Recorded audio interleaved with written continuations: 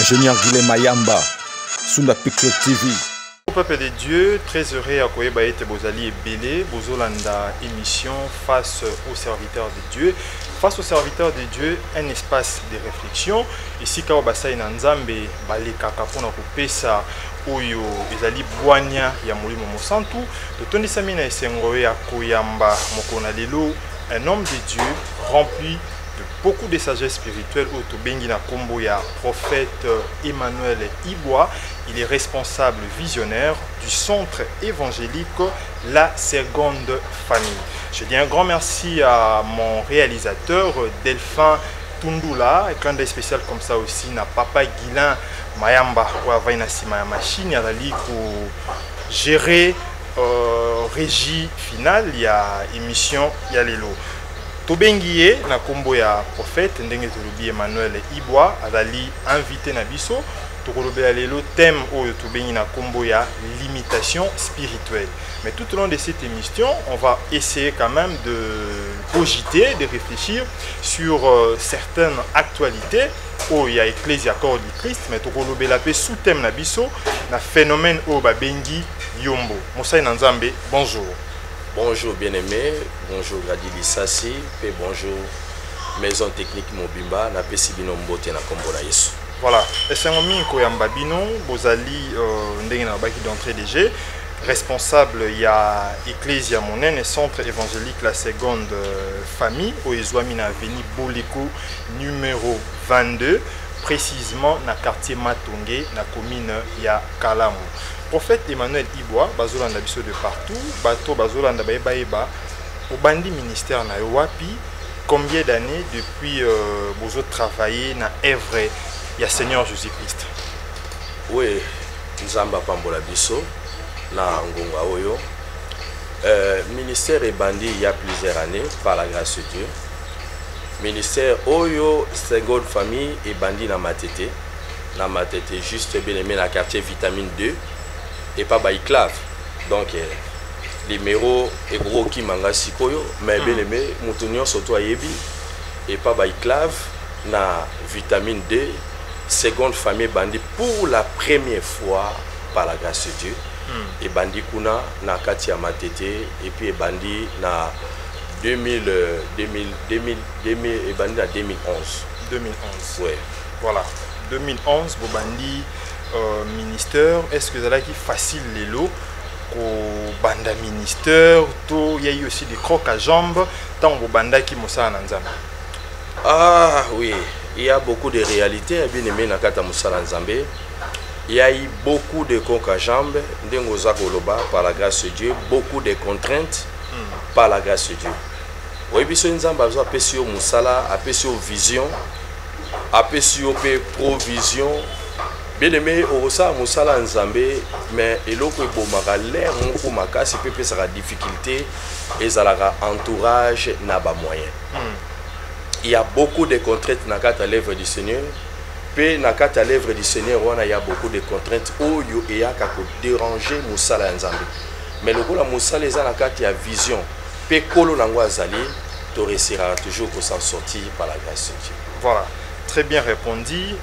Ils aura toujours dans la contrainte, la réalité belé où est comme à Moussa Nzambe. Les lois bandi Moussa na 2011. Vous avez évolué les lots déjà na 2022. Donc tu peux déjà presque 10 ans. Et puis vous avez évolué na Moussa là. Est-ce que prophète Emmanuel Ibois pour que été ici a commis par rapport à la mission, tout par rapport à l'appel au Nzamba Salaki? Est-ce que vraiment Makamon Nzamba Epsaki Bino dans l'anonymat ou dans les coulisses? Vous avez déjà la réalité nango, tout ils ont un malem. Nzamba à Pambola, la réalité, ce qui n'a pas commis, tout n'a commis na noté. Bien aimé libota Nzamba, l'œuvre du Seigneur. Lorsque vous avez bandango bien aimé libota Nzamba, bakomaka, pe bakomaka te. C'est-à-dire quoi? Bakomaka parce que vous avez un kati déjà eloko Nzamba lobi na yo. Bakomaka te parce que okende ko silisango kake patata. Vous comprenez ndenge ezali wana. Na koko loba bien aimé toza na kati ya processus ya évolution. Donc ça veut dire que appel Nzamba zo apesa ngai par rapport à musala o alobaki na sala nazali na kati ya processus nango. pe bilembo ndambo eza kolakisama oyo alobaka mais tozali tozokobaka par la grâce de Dieu. Voilà, tokoti siko na mama ya likambo na biso tozolobela limitation spirituelle. C'est vrai que ezali mama ya likambo yo bana nzambe bazolanda ngo vraiment na bokebi nayebi ke batali partout depuis Brazza, depuis Mikili ya Poto, tant on a ça qui déjà annoncé émission oyo nazu ba appel ebele le peuple de Dieu baza vraiment na soif ya koyoka maloba oyo mosai na nzambe omemeli bango. D'abord, question liboso eza comment boro définir limitation? Oui, nzamba pambola. Limitation par définition, bien aimé, c'est l'action de limiter quelque chose. Donc ça veut dire bien aimé, les bottes en nzambe et loko mo ebandaki ko avancer kokende ba limiter yango ba telemisi yango. Eza lo lenge ya ko telemisa marche to écoulement ya loko moko boye par la grâce de Dieu. Et Paul azolo bango na makomi na nzamba lobi na Galates 5 alobi que vous courez bien mais qui vous a arrêté? Vous courez bien mais qui vous a arrêté? Cette influence ne vient pas de celui qui vous a appelé. Donc ça veut dire bien aimé libota na nzambe tant tozolo bela la limitation tozomona eloko moko bien aimé blocage tozomona bien aimé une arrestation à un écoulement ya malamu ko évoluer zati. Oui bien aimé libota na nzambe eze loko eza très fréquent na kati ya libota na nzambe peze loko bien aimé libota na nzambe depuis musala nzambe bandati lelo yango ndezo continuer. Que l'être humain, par la grâce de Dieu, l'être humain a deux niveaux. L'être humain a un problème, ce qu'on appelle les problèmes physiques.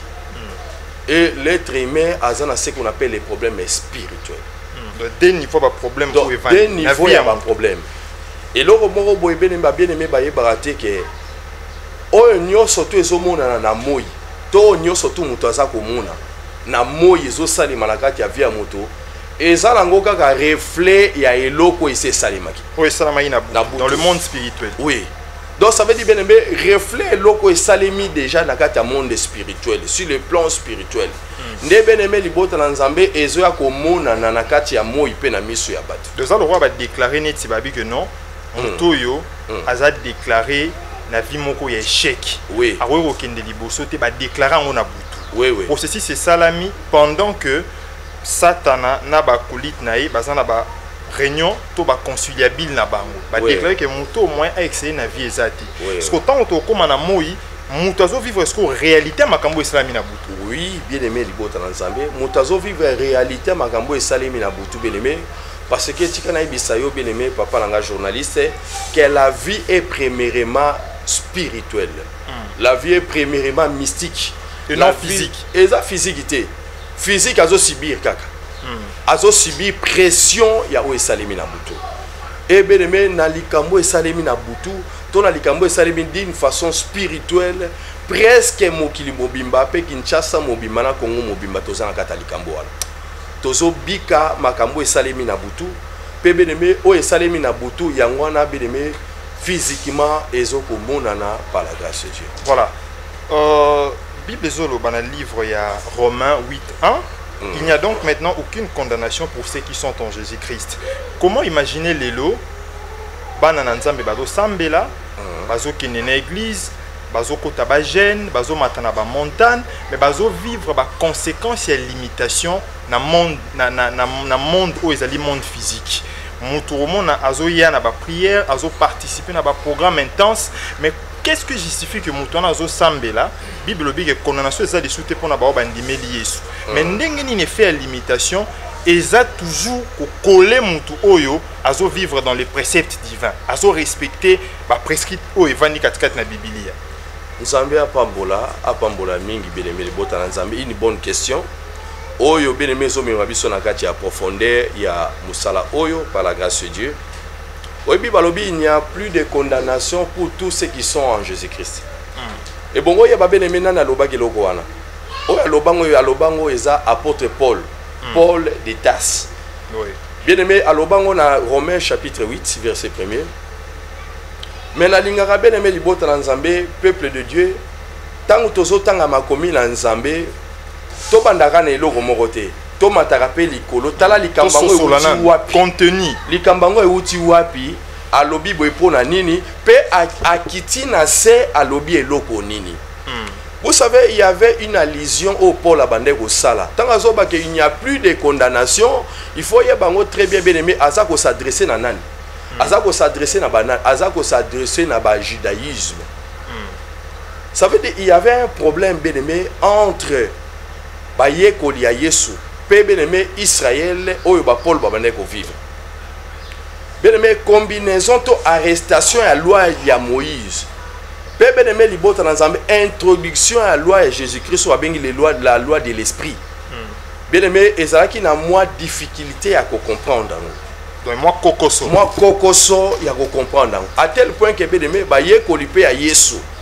Tindenge basalaka wana malgré baote ya batukombo ya Yesu. Malgré bazotambola na Yesu. Bazotambola na Yesu. Pe na simane bazote ya na kombo ya Yesu. Bazaka toujours un problème wana. Problème où on a bien il y a eu une grande discussion entre Paul et Pierre. Acte 15, bien-aimé, verset 1er. Au commun, bien-aimé, verset 15. Au commun, il y a eu une vive discussion à Jérusalem. Bien-aimé, Jacques, Jean, na Pierre. Bien-aimé, par la grâce de Dieu, libota na Nzambe bakoma ki na grande difficulté wana ya comprendre bien aimé comment toko concilier la loi de l'esprit et la loi de Moïse. La loi de l'esprit au babengango la loi de Christ et la loi de Moïse bien aimé la loi de mosaïque au ezalaki na kati ya Torah. Alors lorsque Paul azolo ba il n'y a plus de condamnation en Jésus-Christ. Bien aimé, il faisait allusion na bandeko nyonso to bazo protester na bato bazo bonga manakati ankolo. Muto azolonga na judaïsme. To mutu oyo bien aimé libota na Nzambe azotika loi pour embrasser Christ bien aimé et pas à Paul et cela qui catégoriquement bien aimé libota na Nzambe boko ko condamné été soka sala guerrière moko na mikoleleki to boko condamné été bon soka za circoncis parce que discussion makasi bien aimé. Oh, Paul abandé ko tungisa manango ezaki problème à circoncision. Ba païena ba juifo baza circoncis bien aimé. Est-ce que ba koki ba païena ba juifo o bazali converti en Jésus-Christ. Ba cause à la circoncis selon la loi de Moïse to ba cause à la circoncité. Et pas ba misusu bazali ketin malgré ba bongami na Yesu e bongi bazala circoncis. Et pas Paul les a ketin na ozala na soko za de na Yesu bien aimé makambo les a sous impact moko té. Alors, tant qu'il n'y a plus de condamnation pour ceux qui sont en Christ. Pour ceux qui sont en Christ, bien aimé, il faisait allusion à Bandekouana, qui était un botika bango. Ataba bongo liboté, ma base circoncité, et ça a un problème, mokote beaucoup condamné bangote par rapport à la loi mosaïque. Parce que la loi de Moïse est l'objet qui est circoncité à sa monanzambité. Voilà. Très chers téléspectateurs, sont en cours de diffusion. Ils allaient émission Nabino face aux serviteurs de Dieu. Dans l'émission Oyo Tolobelaka, toutes les questions ayant trait à l'église. De Ambeli Bino, Moussali Nanzambe, ou Abengamina Kombo, ya prophète Emmanuel Iboa, Atali Mokambia, église centre évangélique La Seconde Famille, au Ezouamina Veni Boleko, numéro 22, na quartier Matongé, précisément dans la commune de Kalamo. Donc, il faut que la victoire, au Poussani Pene à maison communale, première, deuxième avenue, église des Zouami wana yo mutoza un problème. Aux en a situation est difficile na bomo inayo, au koyeka ko benga na numéro où est affiché, au bas il y a ba poste téléviseur na bino, au kozwa ba plus ample détails par rapport il y a beaucoup tanina mosai na nzambe pour ayambara sans condition. Le bino ba bozolo ndabiso na Braza, bozolo ndabiso na niveau ya ba province, bozali de partout. Ecclésia Zouami na avenue Boleko numéro 22 Boya Ebele pour na kokutana mosali na Nzambe. Voilà, homme de Dieu ou meki un peu coupé sa moi boigna tomakanisi par rapport à la limitation spirituelle. J'espère que ba Nzambe balandi biso na boké binyonso la lingi sikoyo tokota un peu na moi ba sujet d'actualité église avant de toucher phénomène Yombo. Entre vous, les lots serviteurs de Dieu, vous avez constaté les lots, il y a la jalousie, l'hypocrisie, empoisonnement. N'est-ce pas que ça, élément où ils ont confirmé échec de l'église dans la République démocratique du Congo parce que Bible ezoloba aimez-vous les uns et les autres mais na kati na bino basai na nzambe amour wana o ezali amour to tangi na Biblia o euti na 10 commandements tozo vivre en côté tozo mona lelo crise ya leadership au sein de l'église d'abord to mekapena ko fungola na plateforme na bino mo kaka ba pasteur boza na ba divergence ba pesi bino opportunité bopona candidat moko na plateforme na bino ya ba serviteur de Dieu boko kite bondongwani ti ba policier ba moni que non ba politicien ba moni que non ecclésia vraiment koti na mbilinga pourquoi ba réalité on a nyonso merci bien aimé les frères Grady Lissasi nzambe apambola yo na kombo na Yesu na sepeli na question nos otuni que ceux qui ba empoisonnement na ba problème nyonso tozo mona na église so réseau la sa musala nzambe échoué to église échoué na mission nango te bien aimé na ko répondre yo boye bien aimé dans le Seigneur église ko échoué te et l'œuvre du Seigneur ko échoué te pour na mukolo nango azali l'œuvre du Seigneur échouera te église pe ko échoué te problème est cause dans la organisation à niveau humain et cause à la pe bien aimé les msou likamo boye il y a incompréhension oui bi place bato ba vandi moi ba incompréhension ko kozala ozo expliquer les cambo moninga au comprendre nango bien te toi au comprendre nango na retard alors divergence wana bien aimé libota na nzambe et cause à la te que l'œuvre du Seigneur est en échec te en échec te pona ata ba yokani lelo te suka bien aimé libota na nzambe ba ko yokana o comprendre ndenge ça wana alors quant à l'affaire du Seigneur l'œuvre du Seigneur église est en problème mon côté mukolo nango azali pe azako gérer yango malamu biso bien aimé lokola basali na nzambe to salaka effort bien aimé dans le Seigneur ya ko répondre na kati ya makambo ya nzambe lolengo nzamba azako tinda biso et cause ala na ba contrainte parce que bien aimé libota na nzambe likambo soko longo e pa nzambe kitina maboko ya mutu mosali azalaka nzambe te mosali azali nde mosali na nzambe donc bien aimé libota na nzambe ba divergence ko kozala muke mais nzambe azalaka toujours présent pour na veiller na likambo na ye nzambe azalaka toujours présent pour na ko aider basali na nzambe ba ye bana ko kende na kati ya propriété pe nyonso tout et bana ko kende malamu par la grâce de Dieu. Voilà, très bien répondu prophète Emmanuel Ibois et na linga ki pe na bakisana eloko yo otuna ki sur la condamnation sur il n'y a point de condamnation. Oui, na Romain 8. Na Romain 8 bien aimé. Bref, na linga gina lobabo bien aimé libota na nzambe. Il y a une différence entre condamner et informer. Vous savez, condamner une chose, ça veut dire bien aimé, c'est l'œuvre de condamner quelqu'un, qu'on juge Moutou, peut qu'on condamner. Mais Moutou c'est sentence. Sentence. Mais tout ça n'est pas nzambe va faire ça sentence té. Oh biso to lobaka mingi bien aimé sur la limitation spirituelle. Bien aimé libota na nzambe to condamna kale bana nzambe té, mais to informara bango ke likambo boyisala. Donc une différence entre condamner quelqu'un et informer quelqu'un et c'est loko bien aimé bongito salango séparation. Voilà, merci pour la précision Anna. To koti na deuxième partie na biso ya émission oyo to kolobela sko phénomène yombo parce que na émission ça na moi diversité à bas sujet to bandaki na limitation spirituelle to zui actualité ecclésia ou bo pesi vont avoir réponse aux ali très convaincante. J'espère que peuple de Dieu va tellement édifié. To lisko to lobela phénomène yombo o ezali sujet bo vande la kamingi na ba prédication na bino parce que bana nzambe ba bengi ngai ba ngai papa Grady mais kana kotuna prophète Emmanuel Ibois pourquoi avant kamingi na phénomène o ebengi yombo soubassement ya yombo euti wapi lolenge nini mwana nzambe akoki kososola ete makambo azo vivre na bomo na ye eza yombo. À vous papa. Bien aimé na tondi yo ba matondi mingi bien aimé na kata question oyo pe na sepeli makasi. Grady Lissasi tika na ibisa yo bien aimé tango yo kaka yombo. Bien aimé yombo eza blocage astral. Yombo ezali kal oyo bien aimé ba chebo moya moto na ndenge moko ya butu na ndenge ya mobili. Une limitation.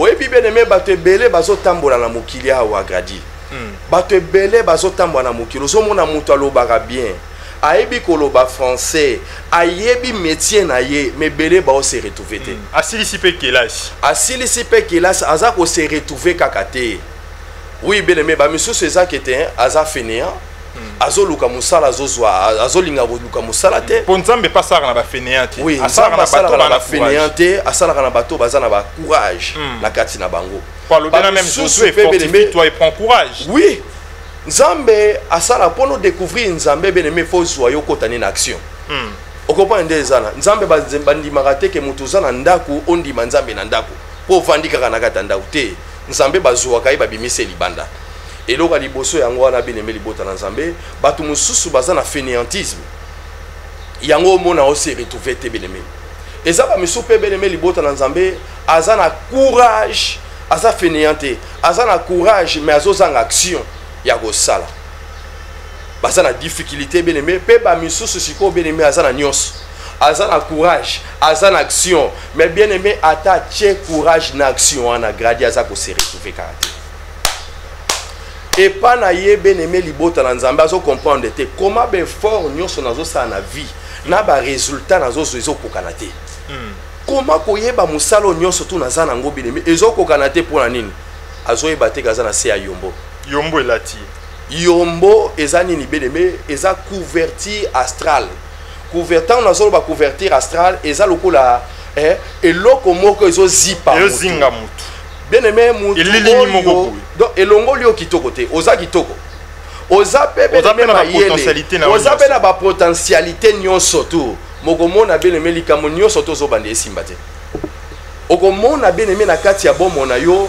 il y a ce qu'on appelle les échecs répétés en répétition malgré ça yango bien mais esimbaka te gadi omoni mutu na ISA akokotanga na université nyonso to balakisi marketing balakisi comment akokotekisa eloko na ndenge ya classe technique du commerce bien aimé mwana nzambe oyo pa kiti asali yango pe bien na résultat mais bien aimé libota na nzambe omona ke na suka nango biloko asaleli marketing selon classe wana bien aimé suka nango etekama te suka nango biloko ebandi opola suka nango basomba te mpona nini bien aimé en dehors ya makasi ya moto gradi eza na eloko ezipaka moto nde babengi yango yombo so yombo vraiment euti wapi cause principale ya yombo bien sûr que bouti ko énumérer mutu atangi kelasi asilisi azana ba potentialité nyonso azana bwania lopoto na munoko mais azo vivre toujours limitation azo vivre yombo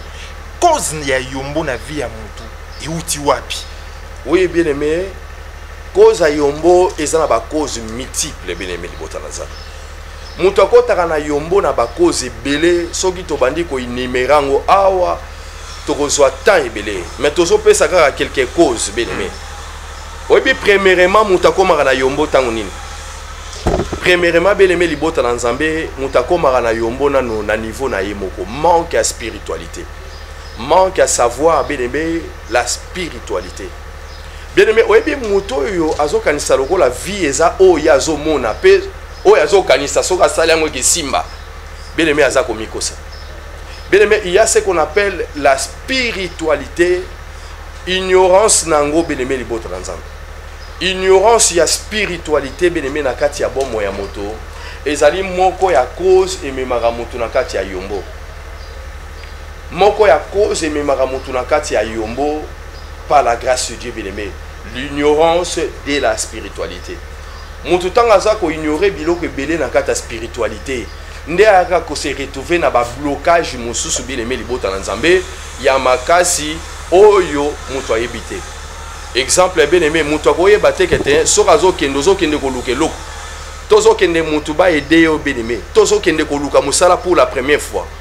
Bien aimé ata posa masube si ndenge nini bien aimé ko suba na misisa nzete. Mutu nyonso tozo kende nesika ba aider so subeli nzete esiko zo kende simba sute. Pourquoi bien aimé na kati ya nzete bo moto moto ezali ndamba moto ezaka na kati et puis ndamba moto neza na kati on a bien aimé ko comprendre que nzete ko subila on a loyingete okoko zokisa on a loyingete okata kasa na loyingete pourquoi nzete omona ka bien mazande ko na yo et yo na ye boko coopérer bien basukola maboko te na sani oleli bien-aimé libota na Nzambe manque ya savoir spirituel et ko bloquer au vie sani oyo leli osili so zwima yo sukoli nango maboko bien-aimé libota na Nzambe aussi longtemps zo sala ngo aussi longtemps comme na ba difficulté mbo aussi longtemps bien-aimé blocage ezo lata yo pe bien-aimé libota na Nzambe ezo memelo ba nuit ebele par la grâce de Dieu blocage bien-aimé yombo ezo ya ba cause nango ezali bien-aimé moko ya cause ezali l'ignorance de la spiritualité pe so to koti nango na kati za zamba mobimba et deuxième bien-aimé on a koko énuméré bien-aimé cause lisusu o ezo mema mutu na yombo bien-aimé babenga ngo la souffrance imposée ezali pas ezo utana maboko a moto bien-aimé bato belé bazana ba problème plus de 85% bien-aimé gradi lisasi vio bazo mener les lois ya bangote azo mener vio eza yete savoir na ye savoir faire na ina ba potentiel azanango bien-aimé soki bakala ki moto yote na bimi paquet de gens aussi kana kombo na Yesu voilà ma commis déjà musika. Nous poursuivons toujours avec le prophète Emmanuel Iboa ozali ko déchirer ko panza maman likambo yo tozolobe la limitation spirituelle comme grand thème et puis sous-thème na biso to vandi yombo mosana nzamba lobi yombo eza na ba cause ebele mais parmi ba cause oyo ameki nanu ko énumérer na avant-plan alobi eza ignorance spirituelle parce que lelo ba na nzambe bazokuta na ba réalité belé parce que bazangi pe boyebi po bibeza yo koloba mon peuple périt faute de connaissance. Ce qui est tangi pe philosophie na biso bato to tanga pe philosophie, il y a un philosophe Socrate qui dit si l'homme commet le mal, c'est par ignorance du bien. Et après si sous cause mon sous c'est-à-dire souffrance imposée. Autrement on a été imposer mutu une souffrance, mutazo vivre vie moko à précarité, mutazo vivre vie moko ou ezo condamné toujours na échec à répétition. Yo mutazo landa biso, vous allez toucher par rapport ya maloba o mosai na Nzambe le prophète Emmanuel Iboa azali koloba benga biso kaka na numéro o eza affiché na baya ba écran na bino o kozwa prophète akoel solana yo pa kopesa o ba orientation spirituelle par rapport ya situation o yozo vivre na église na yozo vivre plutôt na bomo ina yo église ezwami na avenue Boleko numéro 22 Boleko ezali na quartier Matonge oyeka na Matonge wana utuni avenue Boleko référence maison communale, to salle de fête Big Play, au côté na grande avenue, au tuni avenue Boleko numéro 22. Et si ka Lingoma Nzambe centre évangélique la seconde famille et Zouami, Moussa Nzamba ali koyamba mikolo nyonso de 8h à 16h pour na ko édifier, pour na couper sa orientation, ils allaient vraiment malamu pour na église à corps du Christ. Voilà. Moussa Nzambe toujours continue toujours na phénomène yombo. Olobi, il y a le manque, il y a spiritualité. Et puis, Olobi, il y a problème où il y a souffrance imposée. Oui. Souffrance imposée, na bomo ya mutu, ou yazo sambela. Cause nango, ekoye kozala nini? Oui, cause ya souffrance imposée, eza kovanda na ba multiples façons de mener le botanza. Oyebi gradi lisasi bato ebele lelo na kati ya mokili oyo pe na kati ya mboka baza ko vivre ce qu'on appelle la souffrance imposée pasi oyo wuti na moto cause nango ezebele bele libota na Nzambe cause nango premièrement ezaka d'abord nano keto o to benga jalousie haine bele keto las osomona moto moko boya botama na motema mabe. Bien aimé, tous na kata mboka moko boy tozo vivre bien aimé, kolia kaka bien, kolata bien. Et comme ça moto orgueil. Autrement dit bien aimé libota na Nzambe, et fait ka kolata ka bien, olia ka bien, oza un peu organisé. Bien aimé, oyo aza pembeni no azo mono loko aneto oza ko milakisa. Otuna bien aimé, oka yepena akansageza nini. Auto la telamba musuna tongo, etanga zonga sukola na tisu mususu. Yazo mona biso banani. Donc toza na kata mboka moko boye bien-aimé libota na Nzambe keto eya makasi à tel point que bien-aimé motema wana ya mabe ya jalousie ya kolinga eloko esalemaka ke pa na yo ekokomela moninga te eza nano bien-aimé moko ya cause ya souffrance imposée mpo ani bien-aimé moto aza na keto to moto azovivre souffrance imposée bato oyo basalaka ye yango ezaka bato ya keto lasi eza bato oyo bien-aimé baza na keto moko na motema mpe bakoki kosala nyonso to na vie gradi lisasi ndeko na ngai mutu balokaka ye ndenge omona mutu boye mutu babombaka ye na kati ya cimetière mutu babombaka ye na kati ya koba tambola na ye mais akufa déjà libota na nzambe le mutu tambola mais bakunda ye tambola tindengo zoloba ba français tindengo mona bozalaka wana mona nzambe ozolanda ngai libota na nzambe nini yo salite eloko nini yo lukite osali ba démarche nyonso ngomba nzambe nini oko oyebi musala malamu ozotuna te pourquoi musala ezopesa opportunité te libota na nzambe ti ozomona barate wana okene esika mo bandimi yo mpe ekomi tour akobenga oyo baobenga te ovandi na mobali boye bien-aimé libota na nzambe omonaka mobali dans le vide boye azwa kima na ye eloko ekimisi eyebana te mwana nzambe tika nayebisa yo bien-aimé oyo oza komona ezolakisaka basali yo deja eloko basimbi deja vi na yo likasa ekweyaka na nzete pamba te bien-aimé mbula ebetaka pamba te so omoni mbula ezokita seke évaporation ezali effet eloko nyonso tozomona besheke répété na kati ya vie ezolakisaka quelque part bien-aimé votre destinée a été touchée par la grâce de Dieu. Voilà, très bien parlé homme de Dieu tozo avancer toujours na mama likambo na biso siko lolenge nini bana nzambe bakoye kobima na phénomène yombo comment kobima na etawana ya yombo. Oui bien-aimé libota na nzambe avant na mema yo na eta ya kobima na kati ya yombo na kopeso bilembo bilembo oyo ezolakisake oyo ozovivre eza yombo basine to basymptôme basine basymptôme ezolakisake te oyo eza yombo moto elanda yo bien-aimé dans le Seigneur moto azovivre na se ya yombo alekaka na kati ya babilembo bilembo liboso bien-aimé libota na nzambe premier signe oyo ezolakisake oyo eza yombo moto ezolanda yo bien-aimé babenga yango le travail dinéa le travail dinéa eza nini bien-aimé eza mosala ya punda eloko mobe muto sala yango bien otingama nango pe na suka nango bien-aimé bapesa mbongo nango te ozomona muto asali bien-aimé ekoma na suka nango olongwa na ndako ya kosala bokutaka accompagner za okanga nini o mundela akima gilobi bien-aimé dans le Seigneur donc bien-aimé muto yo salaire aux uité de compte final aux uité pe résultat suko zuité. Donc musala eza kobanda likambo eza kobanda mais finalité nango ezobota problème sérieux babengango le travail du néant okomona mwasi azana mobali tanga azana eloko te babandi ko vivre azopesa mayele azopesa mobali abongi na mayele bien-aimé ya mona mwasi oyo mais na suka nango tango stabilité eza bien-aimé libota na nzambe babala ete babala moto mosusu. Donc bien-aimé dans le Seigneur tant ozomona basini wana ozobanda likambo mekomaka na suka te ozobanda likambo ekomi na suka mais bien-aimé suite nango emonani te eza moko ya sini ya moto aza na yombo.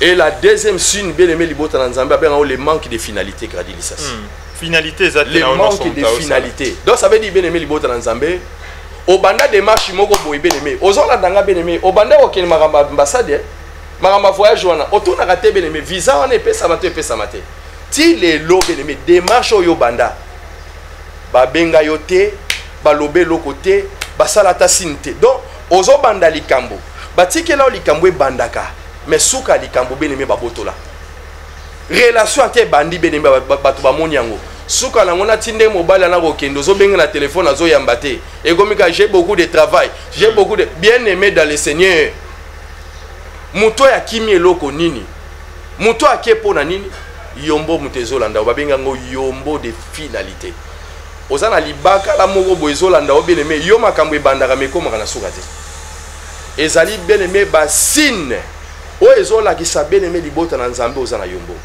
ndengo ozolanda nga mwana nzambe so ozo remarquer bien-aimé makambo ebandaka bazo promettre malamu mais pona ba réaliser bazo laka yo malamu mais pona ba peso eloko balaka ki eza problème yeba ke bien-aimé libota na nzambe oza déjà na se ya yombo par la grâce de Dieu. Voilà, prophète Emmanuel, comment expliquer lelo Moutaleki na processus ya délivrance. Oui. Parce que tu as toujours la limitation na yombo. Oui. Moutaleki na processus ya délivrance sur situation moko quelconque où il attaque bomo inaye. Par exemple, Moutaleki na maladie ou ba imposer ou tu ko la souffrance imposée. Oui. Ba imposer maladie neti ambasu, ba imposer maladie anzoko, aye na ecclesia ba saleli délivrance. Mais après quelques temps, Moutou a remarqué les sous même symptôme wana ya maladie et zongi nanzoto naïe. Comment expliquer? Est-ce qu'il y a eu délivrance moko ezala qui très bien respecté te procédure et salama qui m'a bé to mosai na nzambe wana azala qui na makoki ya ko délivrer te to eza fa e outé pas mutu. Comment on peut expliquer loko wana? Nzamba pambola bien-aimé. Moto azalaki na malade ba délivrer yezo sili après yezo zongi lisusu. Et loka liboso na boyebisa bana nzambe beleme libota na nzambe mosali na nzambe a mosali na nzambe asala likambo ndambo te asala likambo toujours ya mobimba. Mosali na nzambe a mosali na nzambe asala likambo ndambo te asala toujours likambo mobimba. Mais il y a encore un grand problème où eza na kati ya bana nzambe. Gradi lisa sitika na yebisa yo beleme délivrance a libélé ezalaka te. De délivrance ezalaka continuelle. Bien aimé délivrance ezalaka continuelle pe délivrance bien aimé libota na nzambe ba conserva kango. Amen. Délivrance c'est kimaka. Yaya batinda bisoto bom esprit te batinda bisoto bengana. Yeba ke esprit ezaki na kata nzota mutu ba bengani ye akenda pe musika ta kenda nde otema libanda. Akozonga mwende. Oh akozonga. Akozonga. Solo espoir akozonga tant que ba chasser déjà. Oui, problème pe ezobima bien aimé libota na nzambe na niveau ya libota na nzambe. Problème à makasi na niveau libota na nzambe. Avant na ne comme pas basali na nzambe, pe ezana na libota na nzambe.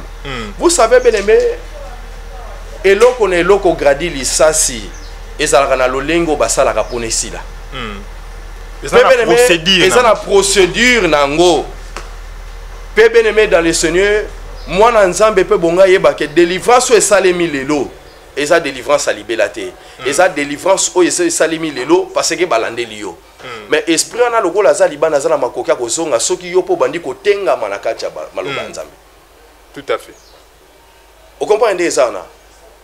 So tangi Deutéronome 28 bien-aimé verset 1er balobi bien-aimé.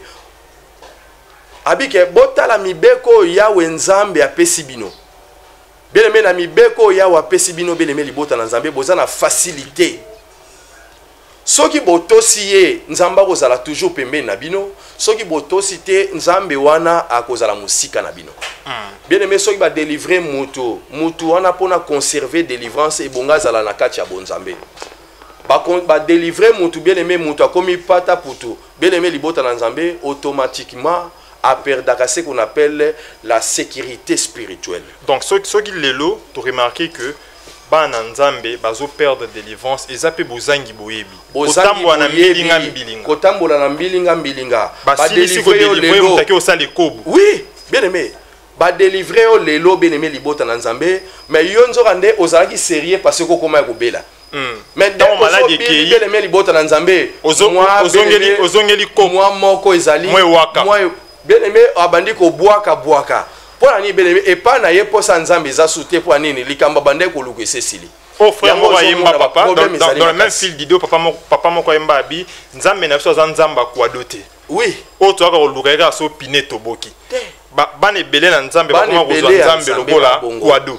Oso comprend baza bongo ça veut dire quoi? Ye loko ememi église ya likamba libala.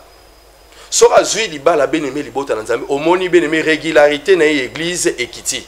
Amona na souté pona nini azui de loka ayoko luka mais lo bazo bosana ke beneme libota na nzambe libala oyo zo luka soko lukiango beneme libota na nzambe ça ne suffit pas yeba ke na kata na kata libala ko bota pezala yaya olongi libala basali mariage puis loli est-ce que yebi ke beneme ko vandi sa mwana libumeza ka pe problème ezabitumba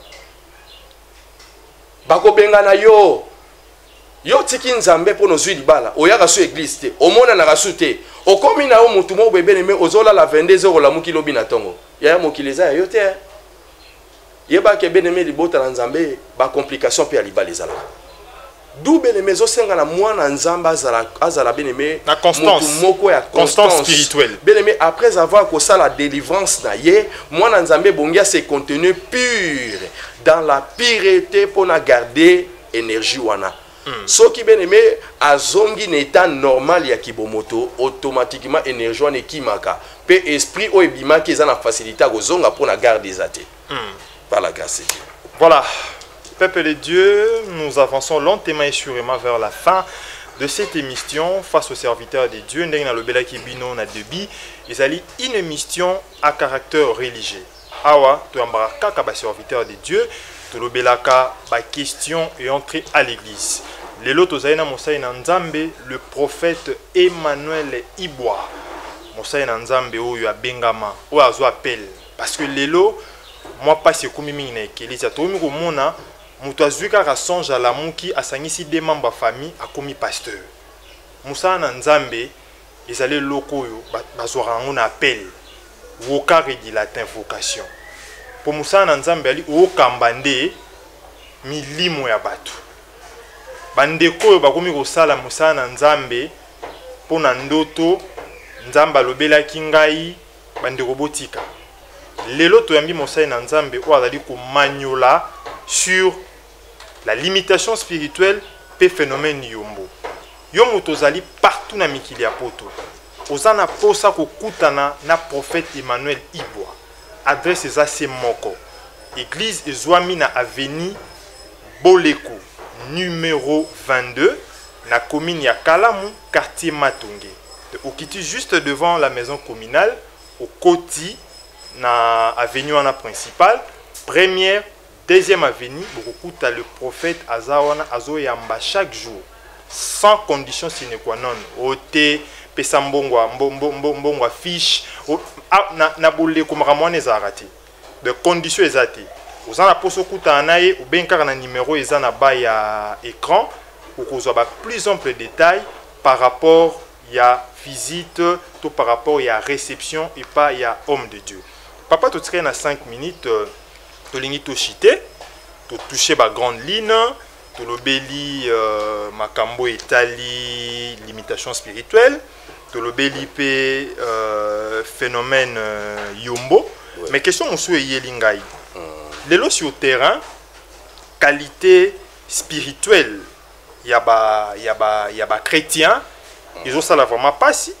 Tous okuta na ba chrétien matérialiste, tous okuta na ba chrétien prostitué, kuluna escroc arrogant etc. La liste est exhaustive. Est-ce que toko loba eza ba signe ya tango na suka ou ezo laksa ke nkolo alinga zonga déjà parce que tous mona même mutu ayibi mais aye na église. Tous mona mutu abomi meurtrier na kati église. O papa Patrice Ayemba abi na luki mokili na yokuta mokina kati ya ecclesia. Réponse na mine kozalani. Nzamba pambola bien aimé libota na Nzambe na miniti muki ototikali nango par la grâce de Dieu. Bien aimé na koyo bisabi na koloba boyi na ba téléspectateurs bazotala biso par la grâce de Dieu. Makama Nzambe bien aimé batakuluna bato yo baza na arrogant bato baza na posa ya mokili e bandi lelo te bandi kala. Et bandi le loté et bandi kala. Ils ont makambo à fin du monde té parce que bien aimé mukole sali to ça l'émission sur la fin du monde to zoata ko loba. To loba l'enlèvement. Oui bien aimé libota Nzambe. Quelque part bien aimé libota Nzambe sorozo mona bana Nzambe na kati ecclesia. Ozo mona bien aimé moi ba vie pezali bazana posa ba vivre bazana posa bazala bien aimé. Quelque part bien aimé na go répondre on a dévolé quelque part eza peu normal. Quelque part peu eza anormal. Pourquoi est-ce normal? Pourquoi est-ce normal? Na bandino na normal beleme libota na Nzambe. Moi na Nzambe nenga zawa na beleme eloko ezo pe salaire mo ba envie pe belé ezali pe eloko ba bengi pressé na kati ya vie. Vie à comparaison, vie à concurrence. Bien-aimé ebele ya bana Nzambe bazo vivre na concurrence. Parce que saleme pa na ye e bongi pe saleme pa na nga. Parce que ye azui e bongi nga pe na zwa. Mais azo ignorer loko mo ke benebe tindongo mona ka benebe batu na kata mokila Nzambe nde muta sali biso mais to sera différent muta za no différent benebe par rapport à jour à botami aza différent par rapport à air babotiye, aza différent par rapport à date oyo aza nango bien-aimé, par rapport à moi, par rapport bien-aimé libota na Nzambe ya corps poso ya nzoto gradi lisasi ndongo monaka poso boye soko cheba poso na biso nyonso tu boye so talo mona ya ndenge mote bien-aimé libota na Nzambe il y a un mystère na kati tozana banzoto oyo yambaka bien-aimé likambunoki so esalemi pa baninga il faut esalemi pa na ye pe tozana banzoto musu bien-aimé yamba likambunoki te tout à fait. Donc via comparaison comme ici bato pressé par la grâce de Dieu libota na Nzambe. Et puis deuxième volet bien-aimé na rolobango ils appellent normalement na Nzamba comme en vie ezani ni bien-aimé libota na Nzambe quelque part moto sora ye pa Nzambe bonga se retrouver et bonga se retrouver église ezali la seule rempart na kata via moto soko échoué na makambo etali église to soko échoué na église bien-aimé yebi sanga a ozoso wapi Esili bien-aimé moto ye bonga se retrouver et lokana na ko s'adresser bien-aimé pa na biso basali na Nzambe libota na Nzambe mosali na Nzambe ozolanda ngai collègue na yo bien-aimé confrère na yo par la grâce de Dieu homme de Dieu Nzambe apesaka vision apesaka pe provision apesaka moto vision pa apesaka lolengo akomema musala mais Nzambe abakisela moto eloko moko c'est le pouvoir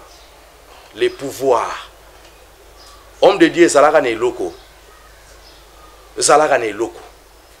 ezala makambo so bien-aimé mwana Nzambe bonga sala recours pa Nzambe pona aider mais ezala makambo so bien-aimé so ekomi na niveau na yo mosali na Nzambe oza pe na maloba ko décider décide ezala bakamu so bien-aimé loba nango mosali na Nzambe no azalaka lobela likambo esila oh bien-aimé loba eloko pe ezalaka kati na yo mosali na Nzambe monotonie leki mingi na église.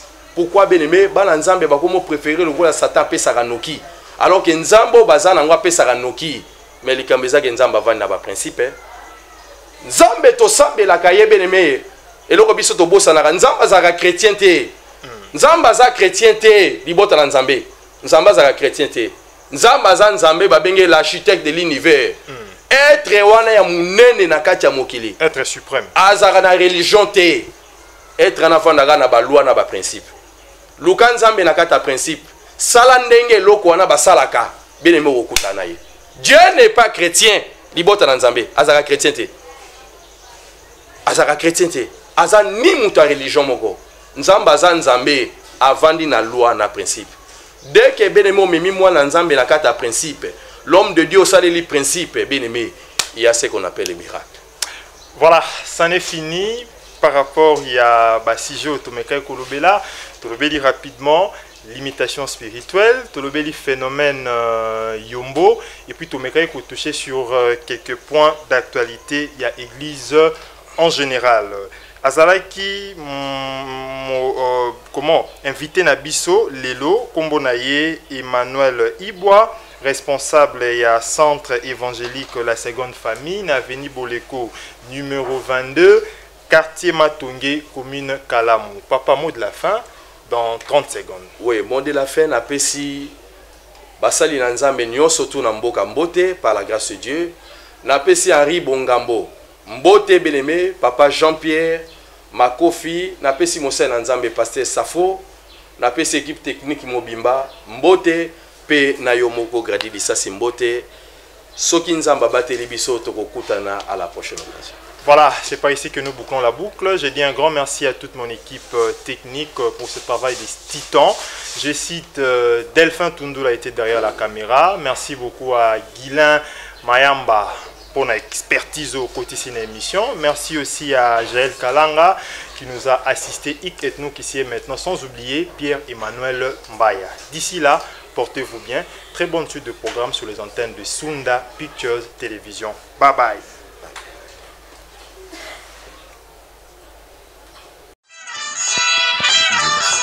Ingénieur Guilhem Mayamba, Sunda Picture TV.